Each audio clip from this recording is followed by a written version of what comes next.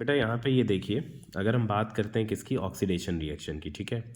तो oxidation reaction बहुत important है। ये कार्बन एंड इट्स कंपाउंड जो है आपका बहुत इंपॉर्टेंट चैप्टर है, ध्यान से देखिएगा। ऑक्सीडेशन रिएक्शन मैं बोल दूं या मैं बोलूं अल्कोहल को ओइक में, जैसे कार्बोक्सिलिक ग्रुप होता है तो अल्कोहल को ओइक में कन्वर्ट करना है, ठीक है। अल्कोहल ओ एच वाले को सी डबल ओ एच में कन्वर्ट कर रहे हैं, ठीक है ना। ओ एच को किस में कन्वर्ट कर रहे हैं, सी डबल ओ एच। तो अगर ऑक्सीडेशन भी बोलूं या मैं बोलूं अल्कोहल को कार्बोक्सिलिक में चेंज कर रहे हैं, या मैं बोलूं जहाँ पे KMnO4 यूज़ हो रहा है, K2Cr2O7 यूज़ हो रहा है, ये सारा कुछ भी बोला जाए आपसे, आपको सिंपली यही रिएक्शन लिखनी है, ठीक है ना। या आपको सिर्फ क्वेश्चन में ये गिवन हो KMnO4 या K2Cr2O7 दिया जाए, तब भी आपको यही लिखनी है। अगर आपसे बोला जाए अल्कोहल को ओइक में कन्वर्ट करना है, तब भी आपको यही करना है। ऑक्सीडेशन रिएक्शन बोली जाएगी तब भी आपको यही लिखना है, ठीक है। तो मैंने क्या बोला यहाँ पे देखिए CH3CH2OH था, नेसेंट ऑक्सीजन। जो KMnO4 होता है, आपसे ये भी पूछा जा सकता है KMnO4 एसिडिक होगा कि अल्कलाइन होगा, किस मीडियम में होगा। तो आप बोलेंगे KMnO4 किस में है, अल्कलाइन में है। K2Cr2O7 किस में है, एसिडिफाइड है, ठीक है ना। तो ये भी आपसे पूछा जा सकता है। और बनेगा क्या, यहाँ पे देखिए ये एथेनोइक एसिड बन रहा है, ठीक है ना। और MnO2 PPT निकल रहा है, प्रेसिपिटेट। तो आप ध्यान से देखिए, ऑक्सीडेशन रिएक्शन बोले या अल्कोहल से ओइक बोले या KMnO4 K2Cr2O7 बोल रहा है, कुछ भी बोले, आपको सिंपली ये रिएक्शन लिख के आनी, इसको आप लर्न कर लीजिएगा। नेक्स्ट हम बात करते हैं एडिशन रिएक्शन की।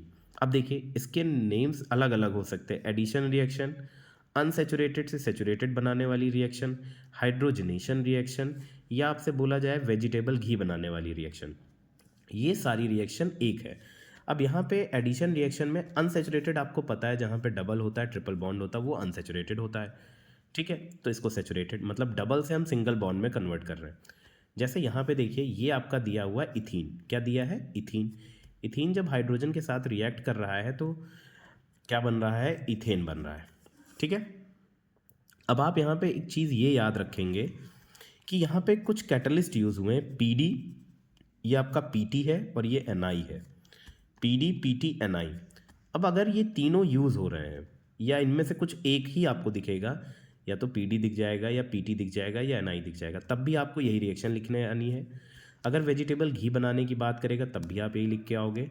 अगर एडिशन बोलेगा तब भी आपको यही लिख के आनी है। हाइड्रोजनेशन बोलेगा तब भी यही लिख के आनी है। अनसेचुरेटेड से सेचुरेटेड बोलेगा तब भी यही लिख के, इसको एकदम लर्न कर लीजिएगा।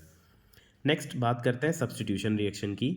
सब्स्टिट्यूशन रिएक्शन में कुछ नहीं होता, ये सिंपल है, मेथेन होता है। क्या होता है, मेथेन, CH4 क्लोरीन के साथ जब रिएक्ट करता है सनलाइट की प्रेजेंस में तो क्या बनता है, CH3Cl और HCl। इसका नाम होता है क्लोरोमीथेन। क्या होता है, क्लोरोमीथेन, ठीक है। सब्स्टिट्यूशन रिएक्शन याद रखिएगा। अब हम बात करते हैं एथेनॉल एंड एथेनोइक एसिड की। तो यहाँ पे देखिए मेल्टिंग पॉइंट है, स्मेल एंड टेस्ट है, सॉल्युबिलिटी इन वाटर है, ब्लू लिटमस पेपर की बात करा जा रहा है। अब ये भी आपको पता होना चाहिए, मे बी क्वेश्चन आ जाए, differentiate between ethanol and ethanoic acid.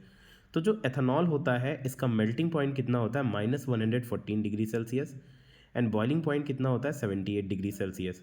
वैसे ही एथेनोइक के लिए 17 डिग्री सेल्सियस, 118 डिग्री सेल्सियस। अच्छा, स्मेल, एथेनॉल की स्मेल कैसी होती है, स्वीट स्मेल होती है।